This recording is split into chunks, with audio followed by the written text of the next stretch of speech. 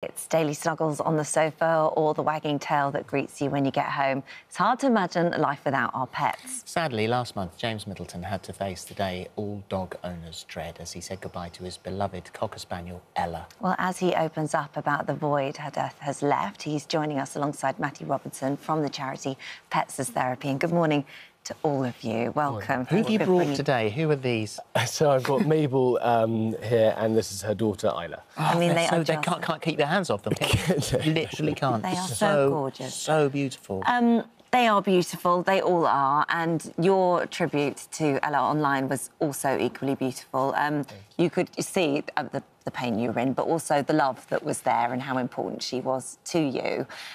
You've had an incredible response. I think many people, it resonated. We all fall in love with our pets, don't we? No, I think you know, to be honest, I've said it before, and it is true that everybody's dog is the best dog. You know, nobody's dog is better than anybody else's. So for me, Ella was my truly sort of, you know, she was there at over the last 15 years, huge moments in my life, and it was, I think, a really sort of challenging time to prospect the next sort of, you know, phase of my life without her. But I'm fortunate enough to be surrounded by quite a few more dogs. Yes. So they do help. She was your first adult dog, wasn't she? Yes, she was. No, so I was 20 when I first got her. So I was sort of discovering myself as an adult, and so you know, we grew up together. We discovered things, and I think, you know, she looked out for me, and I looked out for her.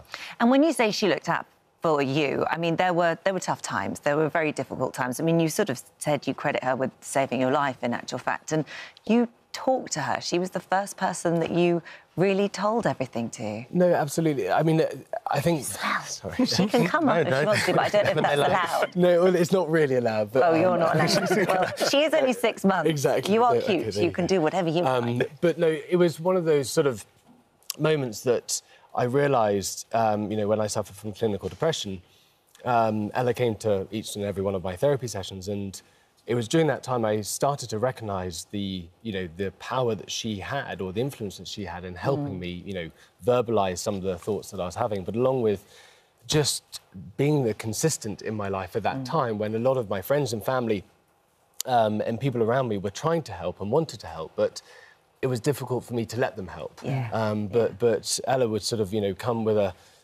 shoe in her hand a shoe in her mouth, and it would be the suggestion of, right, I want to go for a walk, so you're coming for a walk with me. Do you think she because we've got dogs in our family that can read moods, and it's quite extraordinary. If anybody's down, the dog is on, and it won't have been anywhere near you for ages, and then suddenly you happen to be down, and the dog knows you're not right, and it's right by the side of you.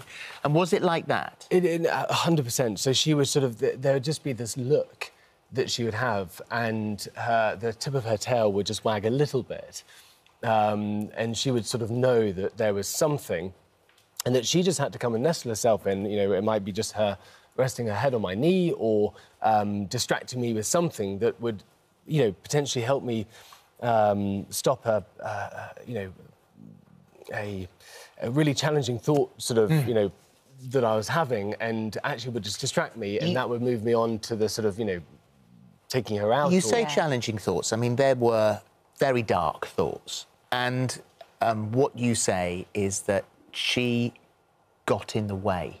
Yes. No, I will sort of continually, you know, amongst many other things, but she was that sort of one thing with me that was always there, and would be able to look me in the eyes and sort of give me the confidence that everything was going to be okay. And words don't always, you know, it's so important to talk, and you don't always need a response when you talk. And that's why, you know, for me, talking to Ella was actually me hearing me say things. And when you have a thought about something and when you say it out loud, it's a very different experience. Yeah. So, I mean, pets obviously have this power, don't they? And that's exactly what's behind the charity Pets as Therapy. And it's not just talking to the pets. I mean, this is children, this is people living with dementia. I mean, there's all sorts of ways that pets can be helpful. Absolutely, Holly. So the charity is actually celebrating its 40th anniversary this year. So what a great pedestal to be able to talk about the wonderful benefits that people have been receiving over the last 40 years. We currently visit a whole host of different establishments, so schools, care homes, hospitals, prisons, daycare centres. There's not any one given area that benefits the most from pets as therapy volunteer visits.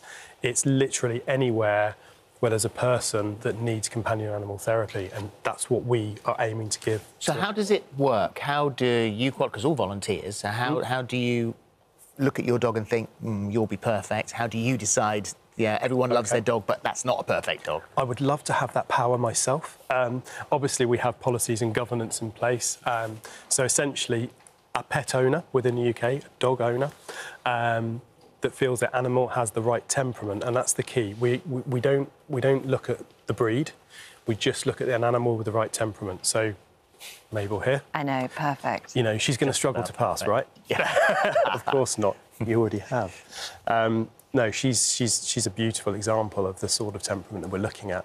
So all of our animals have to go through an assessment with a trained assessor, where we're looking for that right level of friendliness. So a dog that is confident enough to approach somebody or to be approached. Yeah. Not so happy that they're jumping up and pawing and licking and doing all those things that could potentially cause an issue, but all equally not so shy that they don't want to talk. They don't want to come up. And well, in actual fact, Ella was very confident at approaching people because she approached somebody very important in your life. No, she did know. So Ella was, well, I'm very fortunate.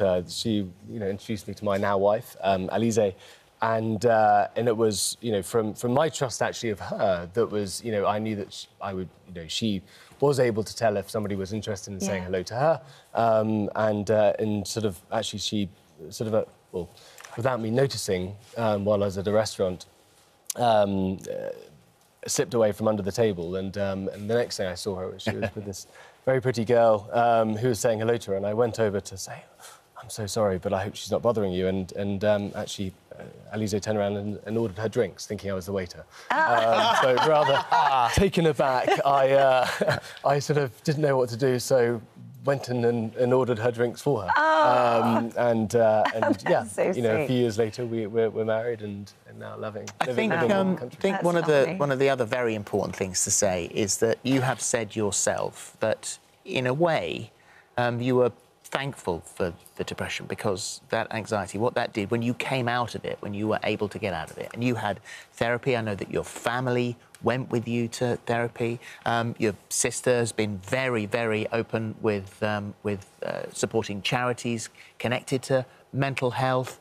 So for you, coming out at the other side, you do offer a shining beacon of hope to other people.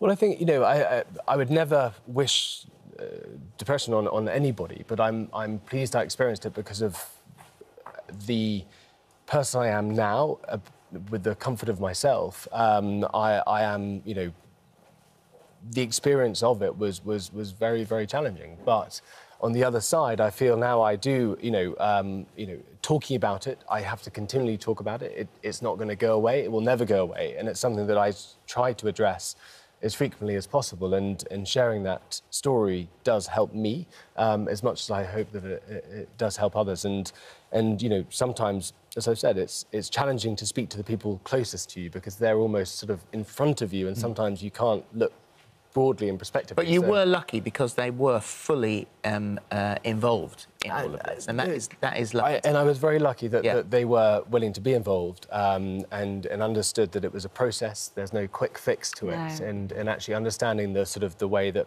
my mind works, which may differ from theirs or other people's, is a really important part of because it was a sort of a process for me as it was a process for them, and I think as a family we grew from that. Matthew, just finally, I noticed you were nodding earlier on. I was saying that we've got dogs in our family that will come over and they know when someone's down and they know where the attention is, and that is the genius of them, isn't it? Absolutely. They just know. This innate ability. I mean, we hear time and time again so many different testimonials from people where the dog has indicated that maybe they're not feeling well, and they think, I'm just going to go and check that out.